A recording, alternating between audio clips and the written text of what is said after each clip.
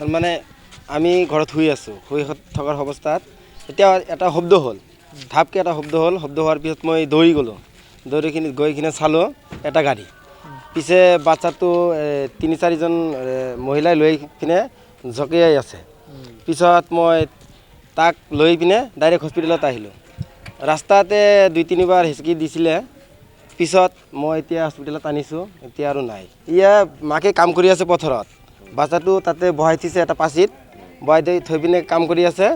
গাড়ীটো তীব্ৰ বেগত আহি কালপাতত খুন্দা মাৰি দিছে। মাৰি দিয়াৰ পিছত কালপাতৰ পৰা ছাইড হৈ বাচ্চাটোৰ ওপৰেদি গৈছে। ঘটনাটো মানে বাচ্চাটো ৰাস্তাৰ কাষত বহি আছে, মাকে তাতে কাম কৰি আছে, বিট কাটি আছে। কিবা পাচিত বহাই থৈছিল। পিছে গাড়ী এটা আহিছে বুলি আমি শুনামতে গাড়ী এটা আহি কিনে তাতে এটা কালপাত আছে ব্ৰিজৰ নিচিনা, তাত মাৰি কিনে পিছত বাচ্চাটোক লগাই দিছে। তাৰপিছত আমি দৌৰা-দৌৰি কৰি লৈ আহিলোঁ হস্পিটেলত, কিন্তু আৰু বচাব নোৱাৰিলোঁ। আমি দুখিত।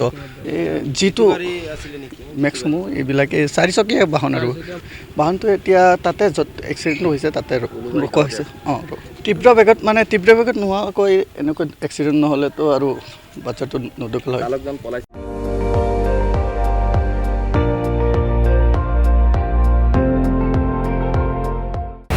আপুনি চাই আছে ND24, সৰ্বশ্ৰেষ্ঠ নহয় সৰ্বোত্তমৰ দৌৰত।